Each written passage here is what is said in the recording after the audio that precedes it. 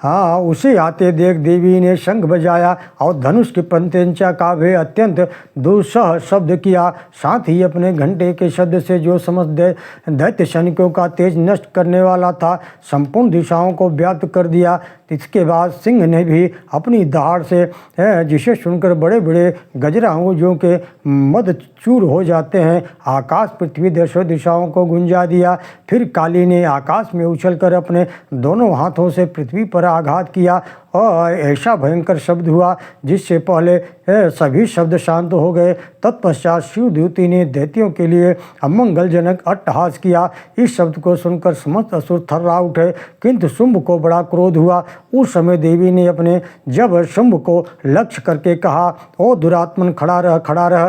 तभी आकाश में खड़े हुए देवता बोल उठे, जय हो, जय हो। शुंभ ने वहां आकर ज्वालाओं से युक्त अत्यंत भयानक शक्ति चलाई। अग्निमय पर्वत के समान आते हुए उस शक्ति को देवी ने बड़े भारी लूट से दूर हटा दिया। उस समय शुंभ सिंहनाद से दोनों लोग गूंज उठे। राजन, उसकी प्रध्वंस से वज्रपात के समान भयानक शब्द हुआ जिससे अन्य शब्द को जीत लिया। शुंभ के चलाए हुए बाणों के देवी ने अपने चलाए हुए बाणों के शुंभ ने अपने भयंकर बाणों द्वारा सैकड़ों हजारों टुकड़े कर दिए। तब क्रोध में भरी हुई चंडिका ने शुंभ को शूल से मारा। उसके आघात से मूर्छित हुआ पृथ्वी पर गिर पड़ा। ततो निशुंभ संप्राप्य चेतना मात कार्मुकः आजगान शरीरदेवी काली केशन्ना तथा पुनश्च कृत्वा बाहूनाम युद्धं धनुजेश्वर चक्रायुधेन दितिजच्छादयामास चंडिकां। ततो भगवती क्रुद्धा दुर्गा दुर्गातिनाशिनी चिच्छेदतानि चक्राणि स्वसरे सायकाशितान्। ततो निशुंभो वेगेन गदामादाय चंडिकां अभ्यदात् वै हन्तुं दैत्यसेना समावृतः। तस्या पतति वासु गदां चिच्छेद चंडिका खड्गेन शतधारणेन सच शूलं समादधे। शूलहस्तं समायान्तं निशुम्भं रारोधनं हृदय शूलेन वेगाभिध्येन चंडिका भिन्नस्य तस्य शूलेन हृदया निस्थितो पर। महाबलो महावीर्य तिष्ठेत् पुरुषो वदन् तस्य निष्क्रामतो देवी प्रहस्य सोनुवत् ततः शिरश्चिच्छेद खड्गेन ततो सावात्पदद्भिः। ततः सिंह सखा दोग्रम क्षोण्या दृष्टा क्षोण्य शिरोधरान असुरान स्थानता काली शिवदूती दीन तथा परान कौमारी शक्ति निर्भिन्ना केशिन्येशुर महासुरा ब्रह्माणी मंत्रपूतेन तोय नान्य निराकृता माहेश्वरी त्रिशूलेन भिन्ना पेतु सथा परे वाराही तुंडघातेन केचि चूर्णीकृता भुवि खड्गम खड्गम चक्रेण वैष्णव्यादानवाकृता वज्रेण चंद्रिहस्ताग विभुक्तेन तथा परे केचित् दिनेश्वर सुरा केशी नष्टा महावात पविभक्षिता चापरे काली शिवद्युति मृगाधिपई ओम। इतने में ही शुंभ को चेतना हुई और उसने धनुष हाथ में लेकर बाणों द्वारा देवी काली ने तथा सिंह को घायल कर डाला। फिर उस दैत्यराज ने 10,000 बाहें बनाकर चक्रों के प्रहार से चंडिका को आच्छादित कर दिया।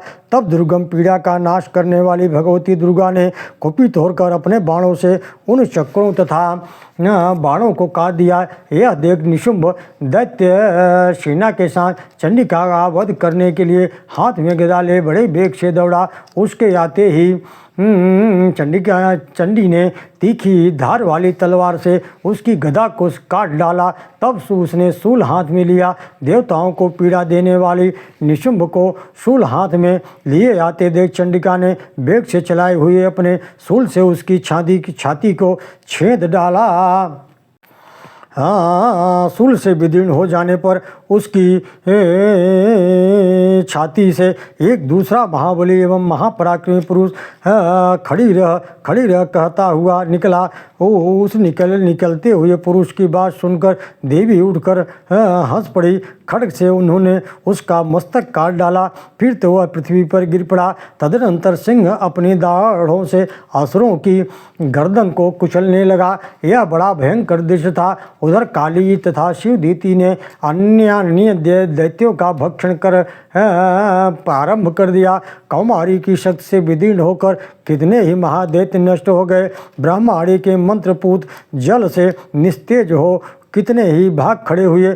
कितने ही दैत्य माहेश्वरी के त्रिशूल से छिन्न भिन्न हो धराशायी हो गए। वाराही के थूथुन के आघात से कितनों का पृथ्वी पर कचूमर निकल गया। वैष्णवी ने अपने चक्र से दानवों के टुकड़े टुकड़े कर डाले। इंद्री के ने हाथ से छूटे हुए वज्र से भी कितने ही प्राणों से हाथ धो बैठे। कुछ असुर नष्ट हो गए, कुछ उस महायुद्ध से भाग गए तथा कितने ही काली शिवद्युति तथा सिंह के ग्रास बन गए। ओम नमो भगवते वासुदेवाय। जयंती मंगला काली भद्रकाली कपालिनी दुर्गा क्षमा शिवा धात्री स्वाहा सुधा नमस्तुते। सज्जनों, इस तरह से मार्कंडेय महापुराण में के सावर्णिक मनवंतर की कथा के अंतर्गत आज देवी महात्म्य में निशंभ वध नाम का यह 9वां अध्याय यहाँ पूरा हुआ। मैं पुनः आप लोगों के बीच में अब 10वें अध्याय की कथा में शुंभ वध की कथा लेकर प्रस्तुत हो रहा हूँ। ओम नमो दिव्य महादिव्य शिवाय सत्यम नमः। नमः प्रकृते भद्राय नीता प्रणता स्मताम।